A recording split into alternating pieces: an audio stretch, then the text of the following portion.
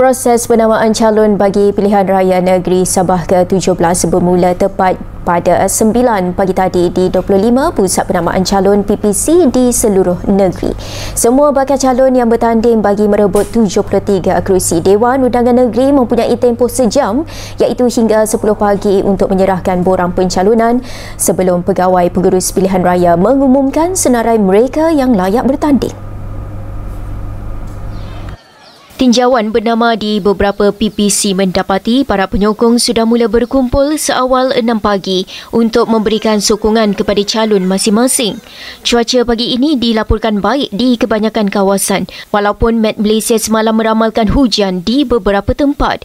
Setelah pengesahan selesai, calon-calon yang bertanding dibenarkan memulakan kempen 14 hari seperti ditetapkan oleh Suruhanjaya Pilihan Raya iaitu hingga 11.59 malam 28 November. SPR menetapkan hari pengundian pada 29 November manakala undi awal pada 25 November.